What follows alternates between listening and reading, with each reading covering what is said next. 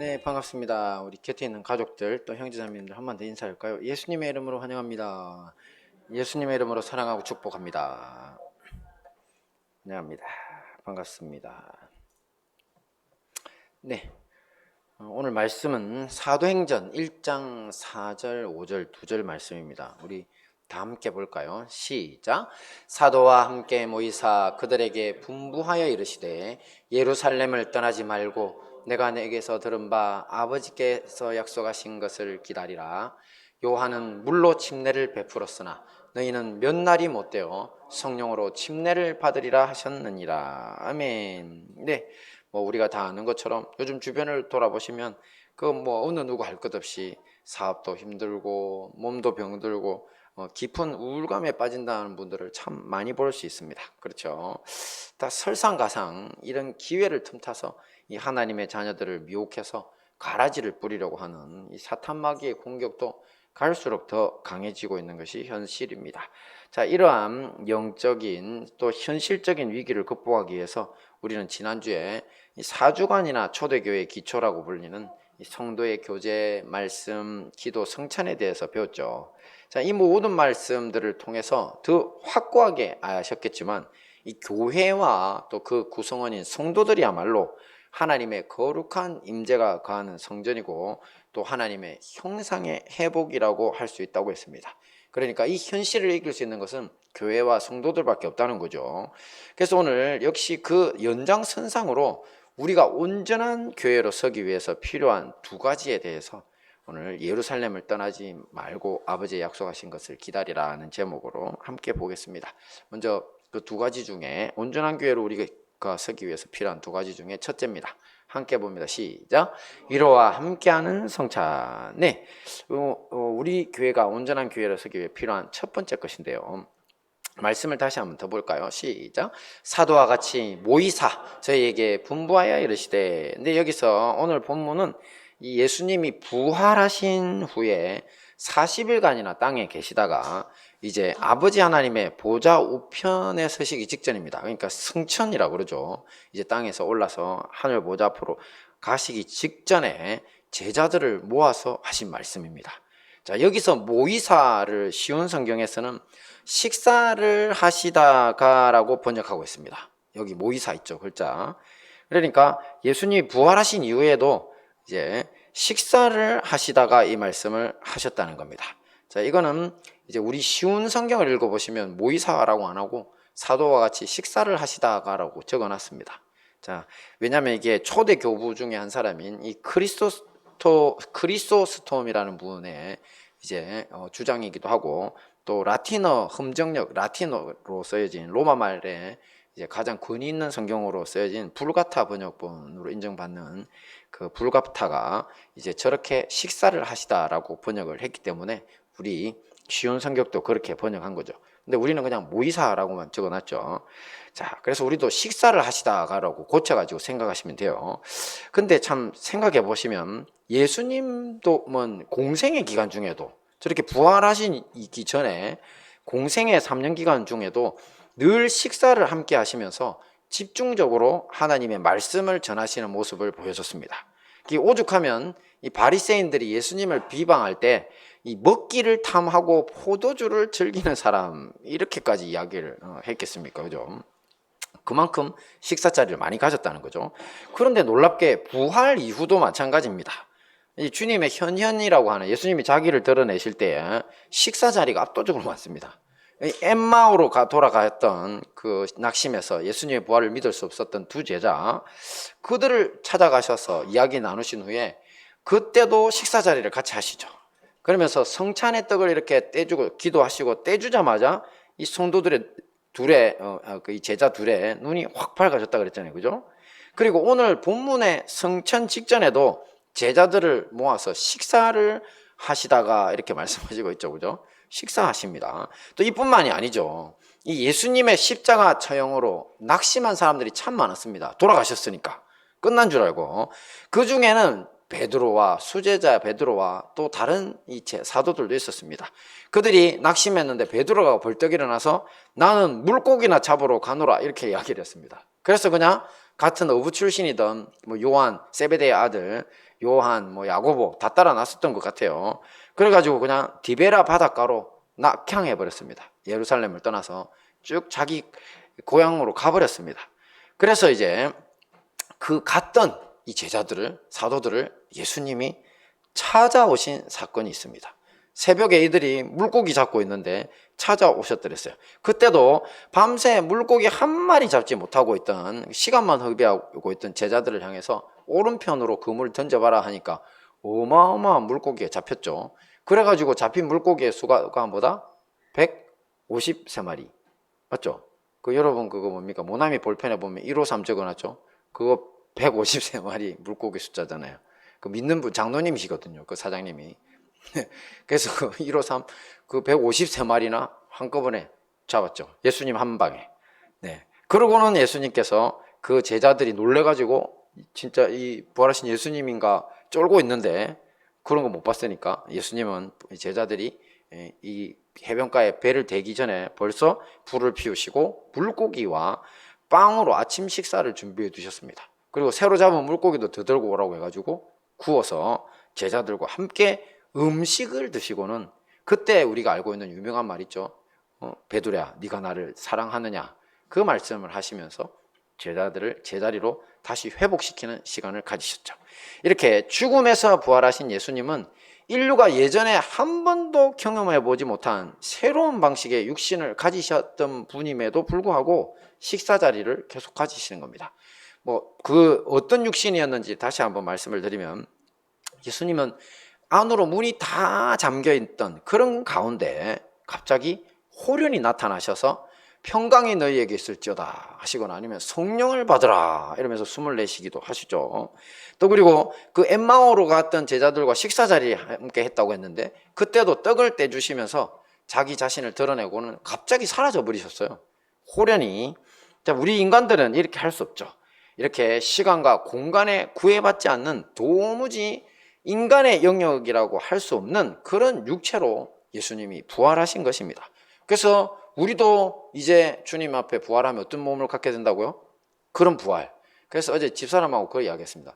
아니 나이가 드니까 이제 잇몸도 아프고 막 치과도 다녀야 되고, 그 다음에 전에 안 갈라지던 발 뒤꿈치도 갈라지고, 이거 요즘 좀 이 몸이 영 그렇다. 그래서 어서 천국 가가지고 영화로운 육체를 받아야 될 텐데 그렇게 거기에는 그런 거 없어요, 그죠?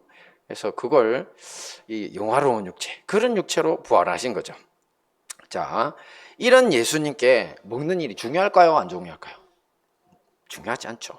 그런데 왜 이렇게 공생애하고 같은 패턴으로 이 많은 식사 자리를 가지려고 하셨던 걸까요? 자, 흔히 많은 사람들이 생각하기는 이제 예수님이 부활하셨을 때 귀신이라고 생각하는 사람들이 생각보다 많았어요. 그러니까 영도 믿고 있는 사람들이 많았으니까. 그래서 억울하게 돌아가신 예수님이 억울한 귀신이라고 생각하는 사람들이 많았던 것 같아요. 근데 예수님이 그런 것들을 한순간에 불식시키기 위해서 제일 좋은 방법이 음식 드시는 거잖아요, 그죠? 죽은 사람은 음식 못 먹잖아요. 그래서 자신이 육체로 부활하셨다는 걸 확인시켜 주시려고 음식을 드셨다, 이게 일반적인 것이고요. 하지만 그거보다 더 큰 목적은 사람들을 안심시키고 위로하는 데에 이 음식과 성찬의 자리만큼 좋은 것이 없기 때문이라는 겁니다. 예전에 제가 한번 이 2차 대전 당시에 부모를 잃고 길에서 구걸하던 고아들 이야기를 한번 드린 적이 있죠. 그 고아들을 데려와가 잘 돌봐주었는데 그 아이들이 먹는 것도 부족함 없고 옷도 새로 입히고 아무 부족함 없이 잠자리도 좋게 해줬는데 다들 잠을 못 자더라는 거죠, 아이들이. 그래서 이제 심리학자 상담을 거쳐가지고 이제 이 분들이 원인을 유추를 해서 생각한 것이 바로 자기 직전에 내일 아침에 먹을 빵을 그 손에 아이들에게 들려줘보자, 이렇게. 그래서 줬더니만 정말 거짓말같이 아이들이 다들 곤히 잠에 떨어지더라는 거죠. 왜냐하면 이 2차 세계대전에서 길거리에 구걸하던 아이들이다 보니까 언제 여기서 쫓겨나갈까 봐 걱정되고 내일 아침에 먹을 게 제일 걱정이었던 거잖아요, 그죠? 그러다 보니까 아이들이 잠을 잘 수 없었던 겁니다. 환경이 바뀌었음에도. 빵 한 조각 쥐고 나니까 그냥 잠이 들었어요. 또한 엘리야 선지자의 일도 기억하시죠? 이 악녀 이세벨의 공격에 낙심해서 도망쳤을 때 일이죠. 그때 사막에서 로뎀나무라고 하는, 로뎀나무는 그냥 가시나무입니다. 거의 이파리도 없어요. 그러니까 이 사막에 햇빛도 못 가려주는데 조금 그늘이 뿐인데 그 밑에 엎드려가지고 그만큼 사막 한가운데로 도망갔던 거죠. 그래서 이제 자기가 죽었으면 좋겠다고 하네요. 너무 고통스럽다고. 자살 충동이죠. 이러면서 거의 기절하듯이 엘리야가 잠이 들었더랬습니다. 그때 하나님은 천사를 보내서 그를 어루만지고 깨워서 먹입니다. 마시게 하고, 그리고는 다시 재웁니다. 그리고 또 천사가 갔다가 다시 와가지고 어루만져 깨워서 먹이고 마시게 하기를 반복했죠. 자, 하나님은 이렇게 엘리야를 먹이고 재워서 그의 힘을 보충해 줬던 겁니다. 뭐 하려고? 바로 하나님의 산 호렙에 이르게 하시려고. 그 멀리 가야 되는데 또 영적으로도 일어나야지 하나님께 가죠. 사실 그렇잖아요. 우리가 몸이 너무 다운돼 있으면요, 기도 안 됩니다, 여러분. 제가 옛날 말씀드렸잖아요. 40일 금식 기도 제가 하기 전에는 제가 40일 금식만 하면 천사처럼 이제 천국에 쑥 올라가가지고 주님하고 계속 대화하고 있을 줄 알았어요. 웬걸. 절대 그렇지 않아요. 너무너무 몸이 쇠약해지고요. 그리고 가끔씩 토를 그렇게 많이 합니다. 오바이트 있죠. 이 물만 마시니까 토를 그렇게 많이 하고 또 배탈도 많이 하고요. 초반에는 막 후반으로 가면 없어질 줄 알았는데 더 심해집니다. 참 이게 사람 몸이, 그래서 제 느낌이 그랬어요. 아, 이게 뭐 주님을 만나고 있는 게 아니라 죽어가는구나. 딱 죽어가는 사람의 증상이에요. 진짜로. 그거를 보면 무서워요. 너무너무 살이 빠지고 자꾸 바지가 내려가니까. 그래서 제가 말씀드렸잖아요. 40일 금식 끝나고 이제 한 40일 동안에 뭐 이제 그때 거의 겨울이고 씻는 걸 이제 찬물밖에 없었으니까 거기에는. 그래서 뭐 씻을 필요도 없고 뭐 머리 감을 일도 있습니까? 그냥 그대로 있는 거야. 그러다가 이제 샤워장에 갔는데 진짜 이디오피아 난민처럼 돼 있더라고요. 엉덩이가 하나도 없어. 진짜. 그래 몸무게를 재니까 15kg 정도 빠졌는데 이 허리띠를 이렇게 구멍에 맞출 수가 없었어요. 너무 이제 주먹이 이만큼 들어가니까 이렇게 두 개가 들어가더라니까요. 여기 허리에. 그래서 할 수 없이 벨트를 묶었어요. 밴드처럼 이렇게. 그러니까 그러면서 느낀 게 뭐냐면 몸이 약할 때 내가 죽어간다고 느끼는데 기도가 될까요, 여러분? 아니에요. 놀랍게 기도하는 동안 기도가 안 되고요. 기도가 아니고 그냥 몸부림만 치는 거야. 그냥 주여 한번 하다가 꼬꾸라지다가 그 다음에 또 이제 배가 고프니까 잠도 잘 못 자고 자꾸 아픈 거예요. 몸도 아프고 마음도 아프고. 저는 또 두드러기까지 나가지고 진짜 무슨 욥처럼 돼가지고 온몸을 막 긁고 그랬거든요. 저 밖에 나가면 이 속에 너무 그때 흉터가 심해가지고 두드러기로 긁은 게, 그래서 나 이제 목욕탕 못 가겠다 생각했는데 또 놀랍게 40일 마치고 한 몇 달 지나고 나니까 몸이 깨끗해졌어요. 그래서 그 기간을 제가 기억합니다. 근데 제가 해드리고 싶은 말씀은 뭐냐면 몸이 약하고 배고프고 힘들면요, 기도 아니에요. 영적인 거 안 돼요. 근데 우리를 창조하신 예수님께서 너무나 그걸 잘 아셨던 거예요. 그래서 낙심한 우리를 이렇게 세우는 방법, 우리에게 위로가 필요할 때 주님이 해주셨던 것이 뭐냐면 먹이는 거였다는 거죠. 같이 먹고, 그죠? 근데 제가 또 재밌는 이야기를 들었는데 세상에서 말 중에 그 먹는 거에 제일 목숨 거는 나라가 우리나라라네요. 예? 우리 기억하세요, 여러분? 옛날에 어른들한테 인사가 뭐였습니까? 진지잡수셨습니까? 기억나세요? 예. 진지잡수셨습니까? 이렇게 물어야 돼요. 그리고 우리 어른들은 우리 보고 뭐랬는 압니까? 양호나 밥 묻나? 네. 경상도 버전. 네. 밥 묻나? 이렇게 하셨어요. 그럼 제가 진지 드셨습니까? 이렇게. 근데 뭐 때문에 내가 밥 묻는지 물어보고 왔는지 몰랐어요. 어른들이 그래요. 그리고 뭐, 그러니까 밥 한 번 먹자 그러죠. 좋은 일 있으면 맨날. 그럼 아무렇지도 않게 하고. 하여튼 밥에 엄청 목숨을 걸었던 민족이라는데 그만큼 밥의 위력도 아는 거죠. 우리가 밥을 같이 먹는 사람들을 뭐라 부릅니까? 식구라 그러죠. 식구가 제일 강해요. 그러니까 예수님께서 위로와 힘을 함께 하기 위해서 성찬의 자리를 만드셨던 겁니다. 우리 역시 똑같다고 했습니다. 바로 우리가 사람들을 대접하고 공동체적 성찬을 함께 할 때 하나님의 위로의 역사가 일어날 수 있습니다. 많은 사람들이 힘을 얻어서 엘리야처럼 일어나 하나님의 산 호렙을 향해 걸어가는 것을 볼 수 있다는 겁니다.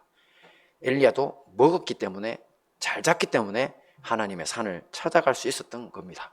그러니까 우리 모두 온전한 교회의 사명을 감당하기 위해서 뭘 해야 됩니까? 바로 위로와 함께하는 성찬을 갖기에 다른 형제 자매들을 밥 한 끼 먹이는 것들을 하기에 힘써야 될 줄 믿습니다. 네, 마지막입니다. 함께 봅니다. 시작. 기도하며 기다리기. 네, 우리가 온전한 교회가 되기 위해서는 기도하며 기다리는 것이 필요한데요. 말씀 볼까요? 시작. 예루살렘을 떠나지 말고 내게 들은 바 아버지의 약속하신 것을 기다리라. 네, 사실 이것은 성령님에 대한 이야기입니다. 예수님께서 아버지의 약속이라고 하신 말씀은 이 구약과 신약 양쪽에 다 걸쳐 있는데요. 우선 구약의 성령님에 대한 약속을 먼저 한번 살펴볼까요? 같이 보면 시작. 하나님의 백성이 되게 하는 영용. 네, 원래 이스라엘 사람들은요, 출애굽 때 모세를 통해서 새로운 인생을 살라고 이제는 노예로 살지 말고 자유인답게 살라고 하나님이 거룩하게 하는 율법의 말씀을 주셨죠. 하지만 세월이 지나면서 이스라엘 자손들이 다 타락해 버립니다. 차마 하나님의 백성이라고 말할 수 없을 만큼 악한 행동과 우상 숭배로 이 돌이킬 수 없는 지경까지 이르고 말았죠. 자, 이에 대한 처벌로 결국 이스라엘 나라는 바벨론에 멸망당하고 포로로 끌려가서 70년간이나 이 복역 생활을 하게 됩니다. 자, 이런 이스라엘 백성들을 위해 하나님이 다시 소망의 말씀을 주셨는데 앞으로 포로 생활, 그들의 죄로 인한 형벌의 기간이 끝날 거라고. 그렇게 끝나게 되면 그들을 다시 고향으로 돌아오게 하고 하나님의 영이신 성령님을 그들에게 주시겠다는 파격적인 말씀을 에스겔을 통해서 해주셨습니다. 함께 볼까요? 시작. 또 내 영을 너희 속에 두어 너희로 내 율례를 행하게 하리니 너희가 내 규례를 지켜 행할지라. 내가 너희 조상들에게 준 땅에서 너희가 거주하면서 내 백성이 되고 나는 너희 하나님이 되리라. 아멘. 네, 저기 내 영이란 말은 하나님의 영입니다. 하나님의 성령을 우리 속에 두어서 하나님의 율례를 지키고 하나님의 백성이 되게 하겠다는 것입니다. 자, 사실 이것은 뭐냐면 인류의 타락 이후에 우리가 잃어버렸던 하나님의 형상을 성령님을 통해서 회복했다 했죠. 그것과 똑같은 맥락입니다. 왜냐하면 이스라엘 사람들이 성령 받고 하나님의 백성이 될 거라고 하는 약속이나 우리 모든 인류가 성령 받고 하나님의 백성이 되는 거나 모두 하나님의 형상 회복이라는 측면에서 똑같은 것이기 때문입니다. 할렐루야. 네, 이제 구약에 나타나신 성령님에 대한 아버지의 약속을 봤는데요. 자, 이번에는 신약에 나타난 성령님에 대한 약속을 보겠습니다. 시작.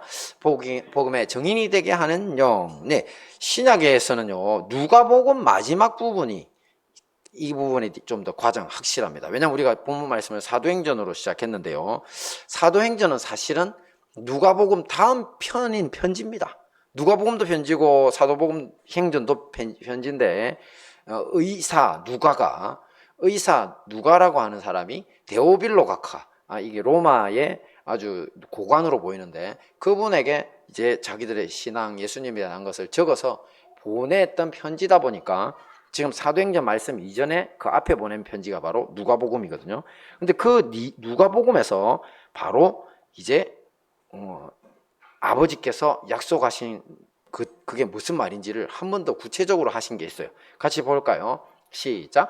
너희는 이 모든 일의 증인이라. 볼지어다 내가 내 아버지께서 약속하신 것을 너희에게 보내리니 너희는 위로부터 능력으로 입혀질 때까지 이 성에 머물라 하시니라. 아멘. 네. 위로부터 능력으로 입혀질 때, 그게 뭐냐면 바로 아버지 하나님이 약속하셨던 성령의 강림 사건을 말하는 겁니다. 그런데 여기서 더 중요한 거는요, 성령님을 왜 기다려야 한다고 저 위에 써 있습니까? 그렇죠? 바로 부활의 증인, 복음의 증인이 되기 위해서 성령님께서 오셔야 된다는 겁니다. 이 증인이라는 건 우리 모두가 아는 것처럼 예수님이 독생하신 하나님의 아들이시라는 거, 또 그분이 우리의 죄를 지고 십자가에 죽으시고 부활하심으로 모든 인류에게 구원의 길이 열렸다는 그 사실에 대한 증언이고 증인이 되어야 된다는 거죠. 자, 이 일을 위해 우리에게 필요한 게 뭐라고요? 하늘로부터 입혀지는 성령님의 능력이 필요하다는 겁니다. 자, 이렇게 보신 것처럼, 앞에서 보신 것처럼 우리를 하나님의 백성이 되게 하고, 구약에서 약속, 부활의 증인이 되게 하고, 신약의 약속. 자, 이런 말씀은 초대교회에서 그대로 이루어졌습니다. 바로 오순절 성령님이 마가의 다락방에 임하심으로 그 기도하던 모든 제자들은 하나님의 형상의 회복과 또 하나님의 자녀된 정신을 얻게 됩니다. 이건 구약의 약속이었죠. 하나님의 신을 내게 두어서 하나님의 백성이 되게 한다는, 성령 받고 나니까 그냥 하나님의 백성으로 완전히 새로운 인생을 살겠다. 보시면 살인자도 강조도 도둑놈도 감옥에 있던 사람들도 어느 날 집회 참석했다가 성령 받고 그냥 인생 바뀌어서 목사하는 사람들도 있잖아요. 그죠? 그러니까 하나님의 성령이 마시면 그 정신이 새롭게 되고 하나님의 백성이 됩니다. 옛날에는 사탄 마귀의 백성이었는데, 그리고 폭발적인 성령의 능력을 힘입어서 복음을 전파하는 일이 일어납니다. 이로 인해서 사도행전에 보시면 초대교회에서는 죽은 사람이 살아나고 병든 자가 낫고 귀신 쫓겨나고 무려 하루 만에 3,000명이 회개하는 그런 역사가 일어나기도 했습니다. 바로 아버지께서 약속하신 위로부터 임하신 성령님이 계셨기 때문에 이 모든 일들이 가능해진 거죠. 자, 우리 역시 마찬가지입니다. 우리에게도 하나님의 백성으로서 삶을 살 수 있도록 이미 주님은 성령을 부어주셨습니다.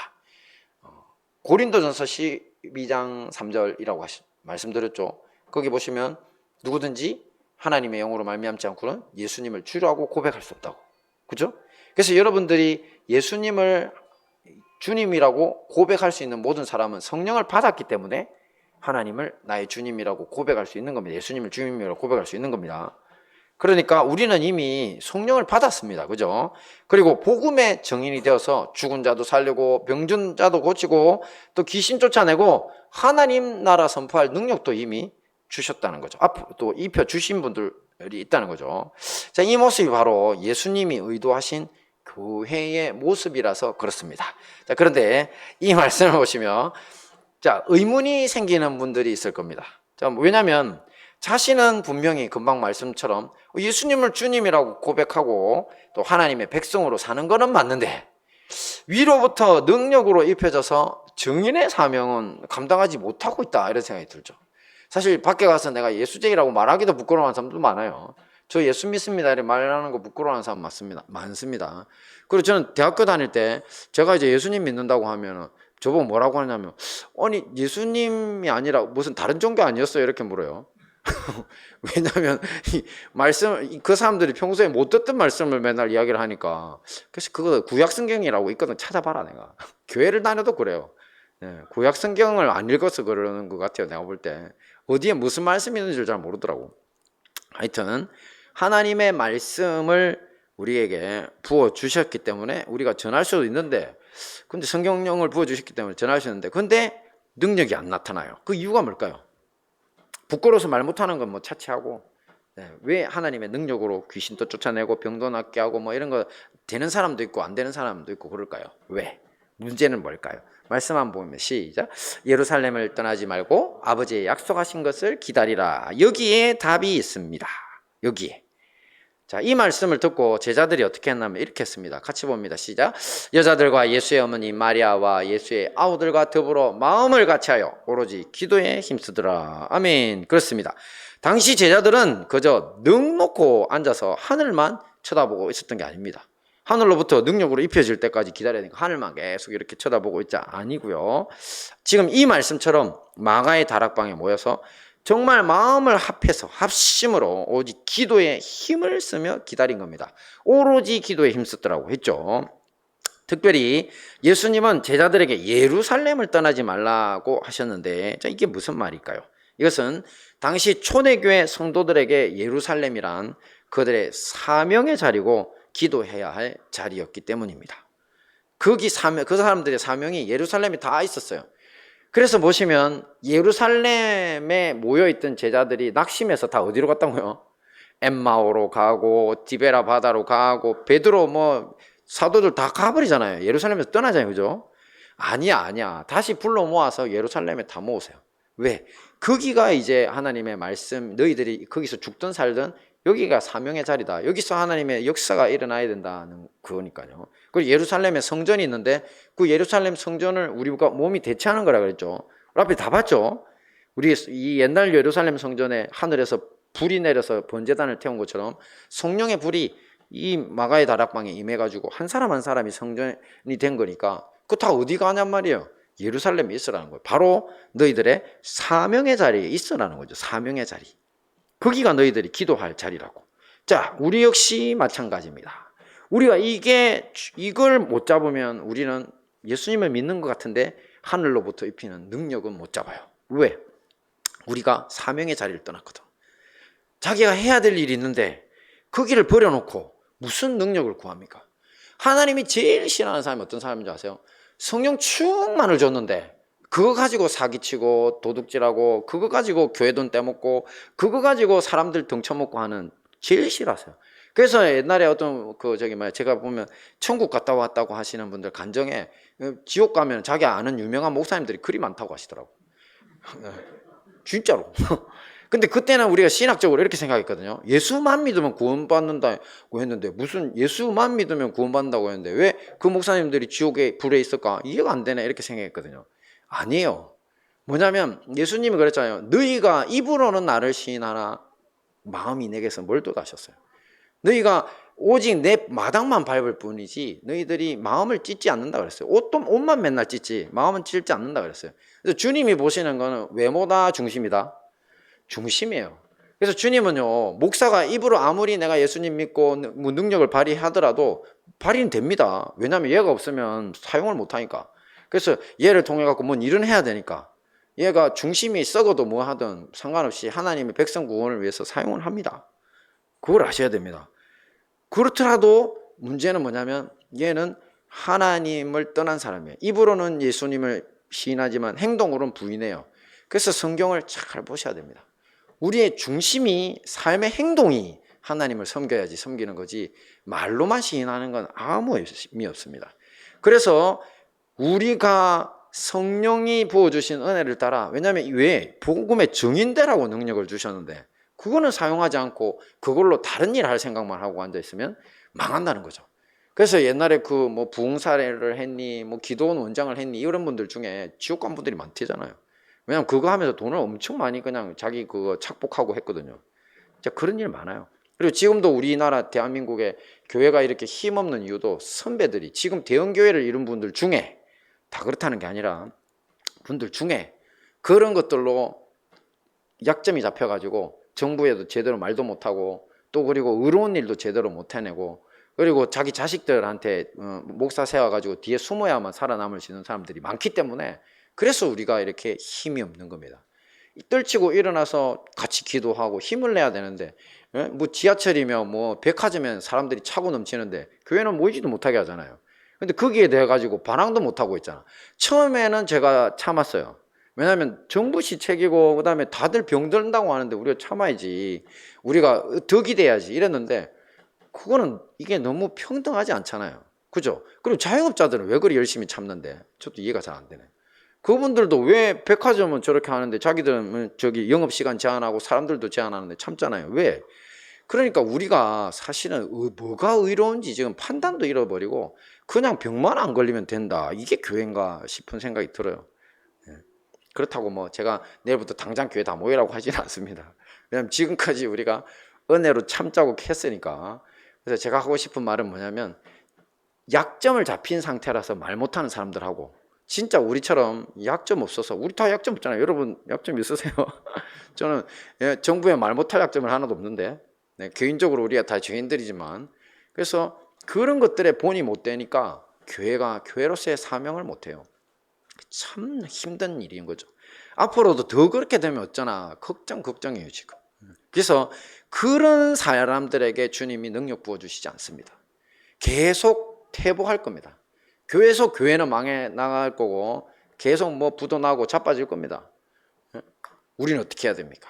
우리는 우리의 사명의 자리에 서서 예루살렘을 떠나지 말고 기도하면서 기다릴 줄 알아야 합니다. 우리가 기도하면서 기다리는 사람이 되어야 됩니다.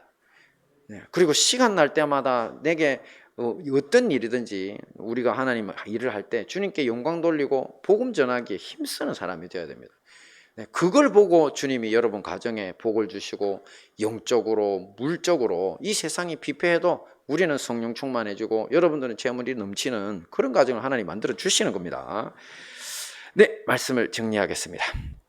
우리가 온전한 교회를 서기 위해서 필요한 것 두 가지가 있었죠. 뭐였습니까? 첫째로 위로와 함께하는 성찬입니다. 이렇게 우리의 대접하는 것, 공동체적 성찬을 통해서 많은 사람들이 힘을 얻어 엘리야처럼 하나님의 산 호렙을 향해 일어나 걸어갈 수 있도록 도와야 한다고 했습니다. 두 번째는요, 기도하며 기다리는 것. 사명의 자리를 굳건히 지켜서 그곳에서 기도에 힘을 쓰며 위로부터 능력으로 입혀질 때까지 기다릴 줄 알아야 한다고 했습니다. 이 모든 말씀으로 온전한 교회로 세워지시는 우리 행복한 다니엘 교회와 형제교회 성도님들 되시기를 축원합니다. 아멘. 우리 다 함께